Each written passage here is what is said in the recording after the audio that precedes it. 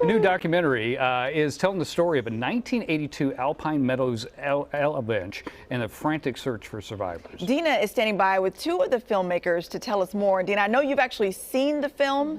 It has stuck with you ever since you saw the film. Yeah, I was telling you about it this morning, Courtney, because it's just still in my mind. So you all know I'm a really big skier. I have often skied at Alpine Meadows, and I always knew about this avalanche, but not all the details. This new documentary that you have a chance to see later this week is just incredible. It's moving, it's captivating, and it's very sad, but it tells the story of what happened back in 1982, 40 years later. So let's now speak with the filmmakers this morning. We are joined by Stephen, Siig, and Jared Drake, who helped to direct, produce, write the film. First of all, thank you both so much for all of the work you did in collecting these interviews and all the old footage. Tell me why 40 years later you felt like this was the time to put all of these elements together and put this out for the rest of us to see.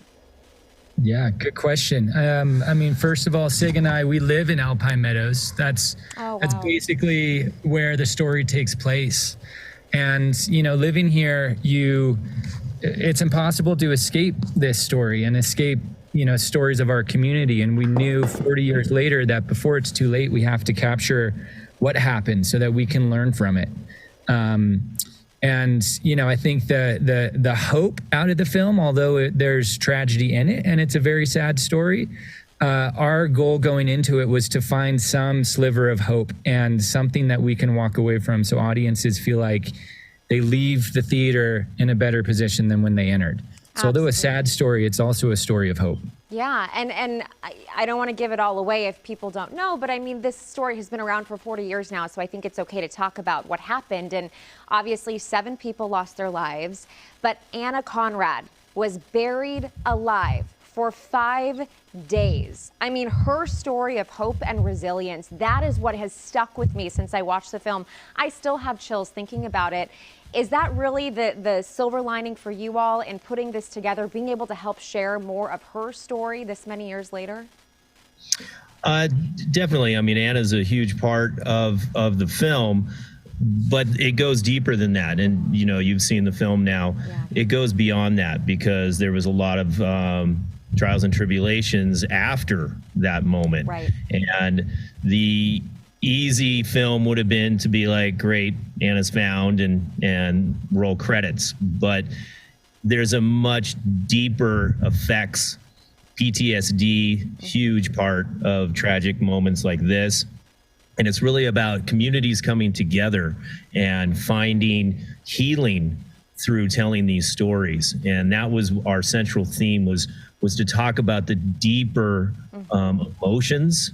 And we felt that the story needed to go deeper and further than just these are the facts of what happened. We needed to go deeper into who these characters are and why it's important to all of our communities to heal after tragedy when they're faced with adversity. Absolutely. And as an avid skier myself, I just have such great admiration for these folks coming back on camera and telling the story of that day and the days after and the years following. And even at the end, you do get into the legal aspect of this and the fact that this was found to be an act of God. We know when we go up on the mountain and we're skiing that there is the element of danger that is really without our means, and ski patrol goes out and they do what they can, but ultimately this was determined to be unprecedented. And so why did you choose to end it with that at the end? That's a tricky question. You know, when you're making a documentary film, it has to be relatively organic in the process. Yeah. And so as you're learning these things, you're kind of writing it along the way. You know, act 1 and 2, you know what's happening. But act 3 is a very organic process. Yeah. And so that all kind of came out of these interviews and what we learned about our characters through the process. And that was a key element. And Anna always felt that her story overshadowed everybody's, and she wanted to make sure that, you know, we pushed the direction that we told that deeper story and have deeper meaning with the film. And I think that's why it's doing so well, is that people really can resonate with this and identify with it because, yes, it takes place in the mountains, but at the same time, everybody can take something away from this.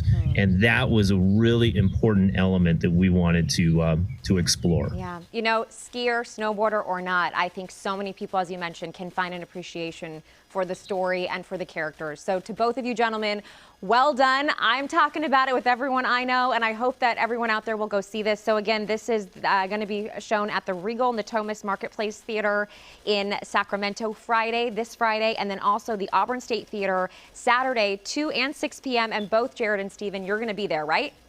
Yeah, the Auburn State Theater is February 2nd. That got pushed to February 2nd. Oh, yeah. February 2nd. So, okay. Yeah, that'll be happening February 2nd, so make sure to come out to that. But we will be at the Sacramento screening on the 30th. Yeah. Okay, so perfect. Come on out, and it'll be playing there for a week. All right. Well, thank you both so much for joining us and taking time this morning. Well done, and congratulations on getting the film out there. And we'll have all the details on how you can watch it on our website, too. It is really remarkable. Sacramento. Yeah, and we are not brothers, in case anyone was wondering.